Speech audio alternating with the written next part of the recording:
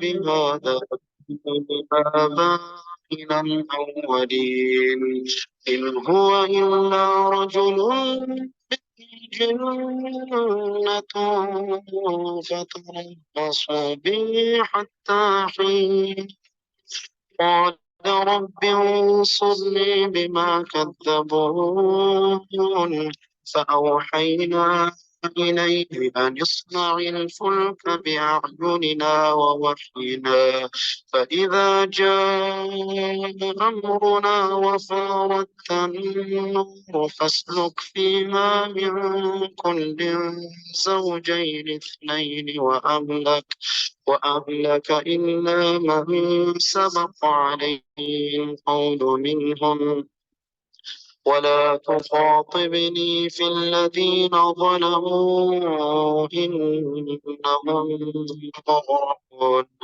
فإذا استويت أنت ومن معك على الفلك فقل الحمد لله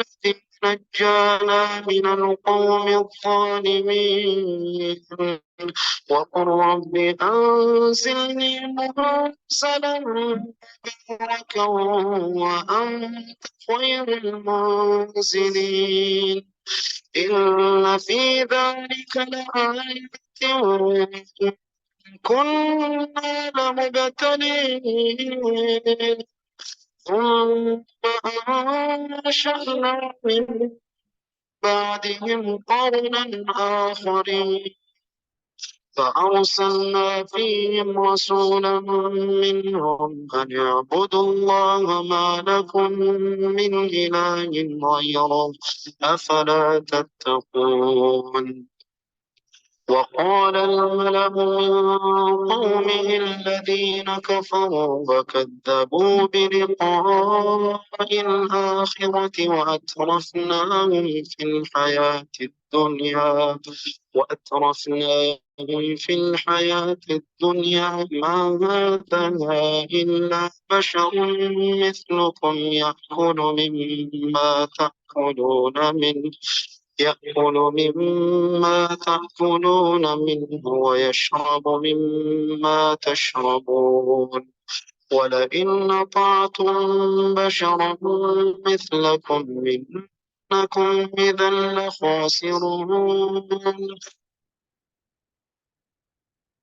أعوذ بالله من الشيطان الرجيم بسم الله الرحمن الرحيم رب اشرح لي صدري ويسر لي أمري واحلل عقدة من لساني يفقهوا قولي رب زدني علما اللهم أحسن عاقبتنا في أمور كلها وأجرنا من خزي الدنيا وعذاب الآخرة۔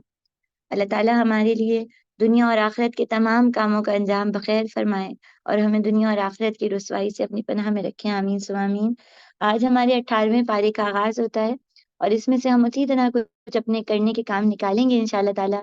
دن بھر اپنا بھی جائزہ لیں گے، رات کو سونے سے پہلے احتساب بھی کریں گے اور اللہ تعالیٰ سے بار بار رجوع بھی کریں گے، دعا بھی کریں گے کہ اللہ ہمیں ویسا بنا دیں جیسا کہ اللہ تعالیٰ کو مطلوب ہے انشاءاللہ۔ جب ہمارے پاس پارہ شروع ہوتا ہے تو بالکل ابتدا میں سورہ مومنون میں اللہ تعالیٰ فرماتے ہیں قد افلح المومنون، تحقیق فلاح پا گئے مومن۔ یہاں اللہ تعالیٰ کیا کر رہے ہیں؟ ہم سب کا زاویہ نگاہ درست کر رہے ہیں۔ کون کامیاب ہو گئے؟ مومن کامیاب ہو گئے۔ دنیا میں ہم کس کو کامیاب سمجھتے ہیں؟ جس کے پاس مال ہو، اسٹیٹس ہو، گھر مکان جائیداد ہو، لیٹسٹ ماڈل کی گاڑی ہو، زیور ہو، یہی سب کامیابی کے معیارات ہیں نا۔ کوئی تعلیمی ڈگری ہو، ہم نے اس کو کہیں نہ کہیں اپنے دلوں میں بٹھایا ہوا ہے۔ اگر ایسا ہی ہے تو نمرود اور فرعون اور ابو لہب اور ایسے سارے لوگ بڑے ہی کامیاب تھے، مال و دولت تھا، نام تھا، ان کا ایک تہکا تھا، لیکن اللہ تعالیٰ آج ہماری آنکھیں کھولیں گے۔ کامیابی کا لفظ تو ہمیں سب کو بہت اچھا لگتا ہے۔ دنیا میں وہ کتابیں جو کامیابی کے نام سے لکھی جاتی ہیں ہاتھوں ہاتھ بک جاتی ہیں، کامیاب کیسے بنے، کامیابی کے گر سیکھیے، ان کتابوں کو، ان لفظوں کو لوگ بہت پسند کرتے ہیں۔ موٹیویشنل اسپیکرز لاکھوں کی کمائی کرتے ہیں، کس بات پہ؟ کامیابی کے گر سکھانے کے لیے۔ آج قرآن مجید مجھے اور آپ کو کامیابی کے گر سکھا رہا ہے۔ ہماری زندگی کا رخ بدل جائے گا، ہماری آنکھوں پہ جو چشمے چڑھے ہیں وہ بدل جائیں گے۔ پہلے صاف نہ نظر آتا تھا، اب چیزیں واضح ہو جائیں گی۔ کامیابی آخر ہے کیا؟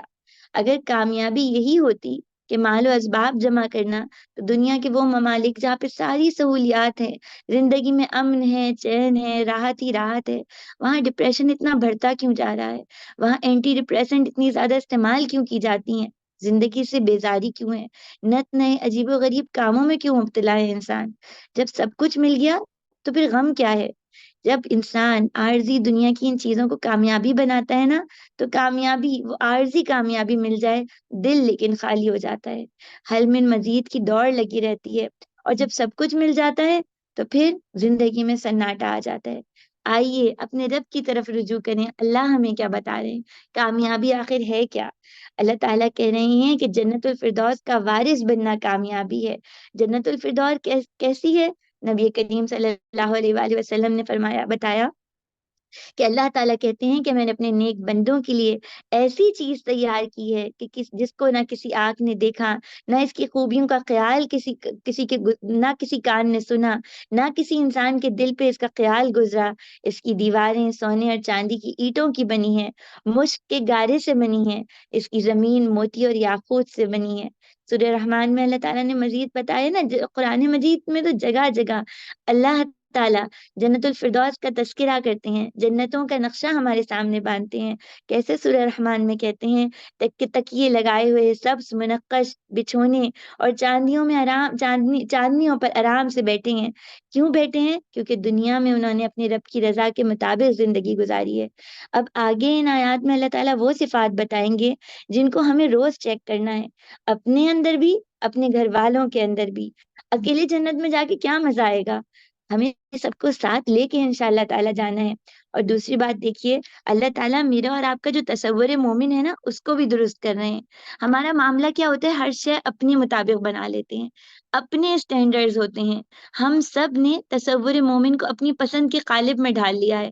اللہ اب اپنی تعریف بتا رہے ہیں کہ مومن تو یہ ہیں، ذرا اپنی ڈیفینیشنز کو پیچھے کرو اور ہماری سنو۔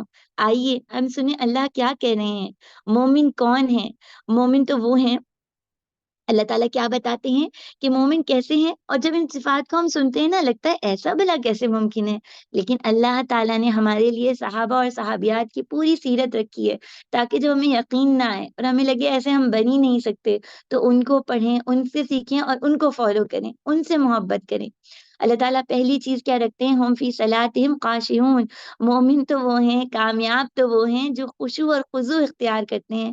اور خشوع اور خضوع کو ہم نے کیا سمجھا کہ نماز کا ظاہر درست ہو جائے، پاؤں کہاں ہیں تو ہاتھ کہاں ہیں، لیکن اللہ کے رسول صلی اللہ علیہ وآلہ وسلم نے تو یہ بتایا تھا نا کہ احسان کی کیفیت ہو، کیسی ہو کہ یہ یاد رہے اللہ ہمیں دیکھ رہے ہیں اور ہم اللہ کو دیکھ رہے ہیں۔ کیا ایسا ہے؟ ہم ظاہر کو بہت اجالتے ہیں، ظاہر کو سنوارتے ہیں، لیکن دل وہ نہ جانے کہاں الجھا بکھرا، کن سوچوں میں ڈوبا ہوتا ہے۔ رب کائنات کے سامنے کھڑے ہوتے ہیں اور غافل دل، کیسا المیہ ہے، کیسی نادانی ہے ہماری۔ اب بات یہ کہ نماز میں خشوع کیسے آئے جب ہمیں علم ہی نہیں ہے کہ ہم پڑھ کیا رہے ہیں۔ ویل لکل ہمزۃ لمزہ پڑھتے ہیں اور دل کانپتا نہیں ہے کہ کہہ رہی ہیں تباہی ہے لعن تان کرنے والے کے لیے، اور ہماری زبانیں دن بھر کوسنے، صلواتے، تانے دینا، یہ کوئی اچھا طریقہ ہے؟ ہمیں علم ہی نہیں ہوتا نا ہم پڑھ کیا رہے ہیں۔ تو آئیے اپنی نمازوں میں خشوع کو حاصل کرنے کے لیے نمازوں کا ترجمہ یاد کرنے کی کوشش کریں، قرآن کو حفظ کریں، ترجمے کے ساتھ حفظ کریں، اس کی تفسیر پڑھیں، اللہ کہہ کیا رہے ہیں، نبی کریم صلی اللہ علیہ وآلہ وسلم بتا کیا رہے ہیں، اور پھر حاضر دل کے ساتھ اللہ کے آگے کھڑے ہوں۔ اللہ کے رسول صلی اللہ علیہ وآلہ وسلم نے کہا تھا نا، اللہم انی اعوذ بک من الاربع، میں 4 چیزوں سے اللہ آپ کی پناہ چاہتا ہوں۔ کس چیز سے؟ ایسے علم سے جو نفع نہ دے، اور ایسے قلب سے جس میں کوئی اللہ کا ڈر نہ ہو، اور ایسے نفس سے جو کبھی بڑھتا نہ ہو، اور ایسی دعا سے جو سنی ہی نہ جائے۔ آئیے ہم کیا کریں، نبی کریم صلی اللہ علیہ وآلہ وسلم کی نماز دیکھیں، انہوں نے کہا تھا نا ایسے نماز پڑھو جیسے کہ میں نے پڑھی، تو ان کی نماز کو دیکھیں، صحابہ کی نماز کو دیکھیں، کیا حالت ہے کہ نماز میں کھڑے ہیں اور جسم سے تیر نکالا جا رہا ہے، تکلیف کو نہیں محسوس ہوتی. کیا کیفیت ہے، کیا حاضی قلب ہے. مجھے اور آپ کو بھی پیدا کرنا ہے. ہم رمضان کے آخری ایام میں داخل ہو گئے ہیں. سال بھر کی تمام گناہ بخشوانے کے دن ہے. ہمیں اس میں اپنی نمازوں کو بہتر بنانا ہے. یہ نمازیں ہی تو ہیں جو پھر ہمیں برائی سے روکیں گی، آگے ہماری مدد کریں گی انشاءاللہ تعالیٰ. اللہ تعالیٰ پھر کیا نشانی بتاتے ہیں؟ یہ مومن، یہ کامیاب لوگ وہ ہیں جو لغو باتوں سے اعراض کرتے ہیں، یعنی بے معنی، بے فائدہ، بے مقصد، جن کا نہ دنیا میں فائدہ نہ آخرت میں کوئی نتیجہ نکلنے والا ہے. اپنی زندگیاں دیکھیں ہم نے کس کاموں میں پھنسائی ہیں. مالز کا چکر لگانا، موبائل پر مختلف ریلز ہیں، ایک کے بعد ایک اشتہار، ایک کوئی ویڈیو کلک کرتے چلے جائیں. حاصل کیا ہوتا ہے؟ وہ کرکٹ کے میچز، وہ گپے ہانکنا جن کا نتیجہ کچھ بھی نہیں ہے، کچھ بھی نہیں ہے. اللہ تعالیٰ ہمیں یہ بتانا چاہتے ہیں کہ میرا اور آپ کا جو زندگی کا ہر لمحہ ہے نا، یہ بہت قیمتی ہے. جب ہم اللہ کے حضور حاضر ہوں گے تو انسان یہ خواہش کرے گا کہ ایک چانس مل جائے اور دنیا میں چلا جائے اور صرف الحمدللہ کہہ کے لوٹ جائے، اس کا اجر نامہ اعمال میں آ جائے. اللہ اس حسرت سے مجھے بچانا چاہتے ہیں. اللہ ہمارے لیے بہتر کا معاملہ رکھنا چاہتے ہیں. تو پھر ہمیں کیا کرنا ہے؟ 5 سے پہلے 5 کو غنیمت جاننا ہے. نبی کریم صلی اللہ علیہ وآلہ وسلم نے کہا ہے نا کہ جوانی کو بڑھاپے سے پہلے، اور صحت کو بیماری سے پہلے، اور مالداری کو مفلسی سے پہلے، اور فراغت کو مشغولیت سے پہلے، اور زندگی کو موت سے پہلے غنیمت جان لو.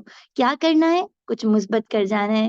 کچھ ایسا کرنا ہے جو دنیا میں انسانوں کے لیے خیر کا ذریعہ ہو، چاہے وہ اللہ کے دین کی دعوت ہو، لوگوں کی خدمت ہو، کچھ بھی بھلائی، کوئی بھی اچھا کام، صرف اپنے رب کی رضا پانے کے لیے انشاءاللہ تعالیٰ. پھر اسی کے بعد اللہ تعالیٰ کہتے ہیں والذین هم للزکاة فاعلون، وہ اللہ کی راہ میں مال دیتے ہیں، اپنے نفس کا تزکیہ کرتے ہیں. نفس کی جھاڑم پوچھی بہت ضروری ہے. یہ بہت موٹا ہو جاتا ہے، پھول جاتا ہے، اترا جاتا ہے، تکبر میں مبتلا ہو جاتا ہے، اپنی بڑائی کا خیال بہت جلدی آ جاتا ہے. تو ہمیں اس کی جھاڑم پوچھی کرنی ہے، اس کو درست کرنا ہے، اس کو باندھنا ہے. اور پھر وہ اپنی شرمگاہوں کی حفاظت کرتے ہیں. اللہ کے رسول صلی اللہ علیہ وآلہ وسلم نے کہا تھا نا، تم 2 کی ضمانت دے دو، میں تمہیں جنت کی ضمانت دیتا ہوں. جنت الفردوس کیسے ملے گی؟ میں اور آپ اپنی زبان اور شرمگاہ کی حفاظت کی کوشش کریں. اللہ اس کام کو ہمارے لیے آسان کر دیں. پھر اس کے بعد وہ کیسے لوگ ہیں جو کامیاب ہو گئے، جو جنت الفردوس کے وارث بن گئے؟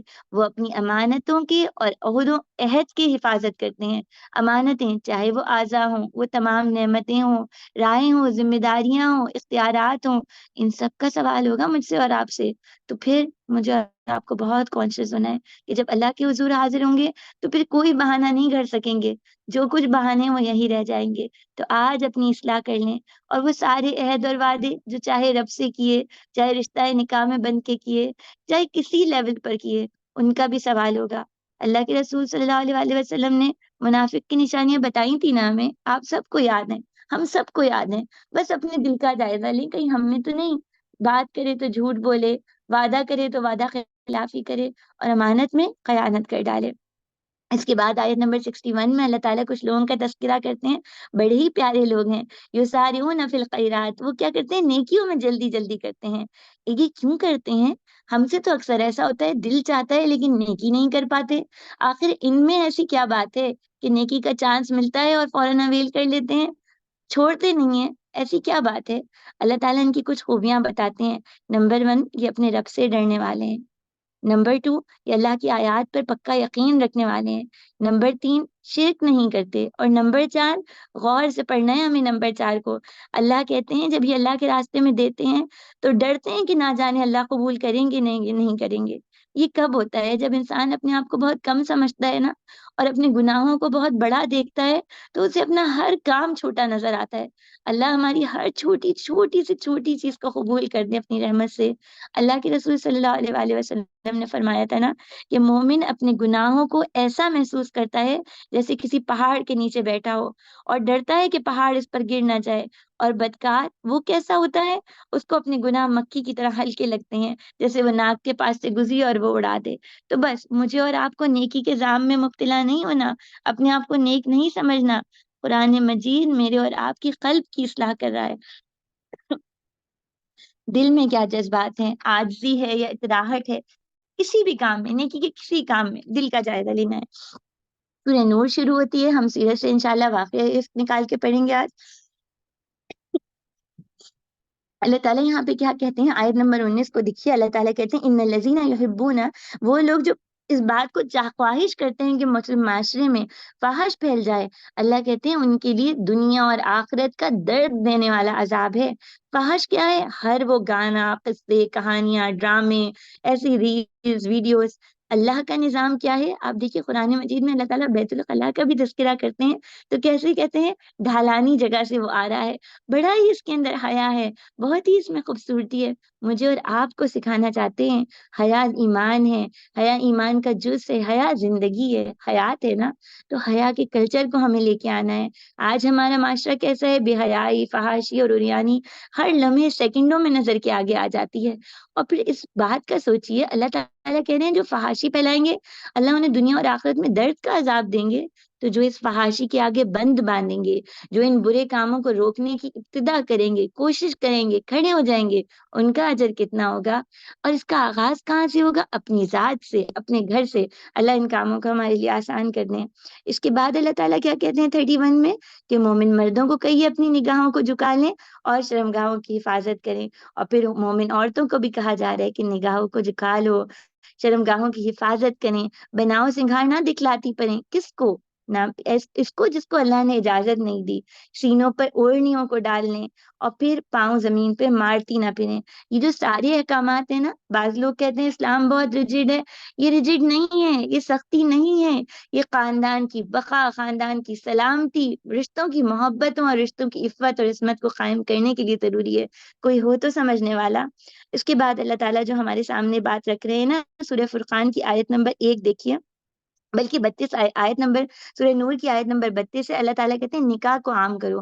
ہمارا مسئلہ کیا ہے؟ ہم نے اتنے کرائیٹیریا، اتنی ڈیمانڈز بنا لی ہیں، بچوں کی بلوغت کی عمر کیا ہوتی ہے اور نکاح کی عمر کیا ہوتی ہے، پھر کیا معاملہ ہے؟ معاشرے میں برائی تو پھیلے گی۔ آئیے سورہ فرقان کی آیت نمبر 1 کی طرف دیکھتے ہیں۔ اللہ تعالیٰ کہتے ہیں تبارک الذی نزل الفرقان، کتنی بابرکت ہے، کتنی پیاری ہے وہ ہستی جس نے یہ فرقان نازل کی اپنے بندے پہ۔ فرقان کیا ہے؟ حق و باطل میں فرق بتانے والی ایسی روشنی جس کو جو جب کسی شے پہ پڑے نا، اس کی حقیقت کھل کے سامنے آ جائے، ایسا اجالا کہ اس کے بعد ہر شے کا نفع اور نقصان مجھے اور آپ کو نظر آنے لگے۔ اب سوچئے قرآن ہمارے لیے فرقان ہے، تو پھر ہم نے اس کو فرقان کیوں نہیں سمجھا؟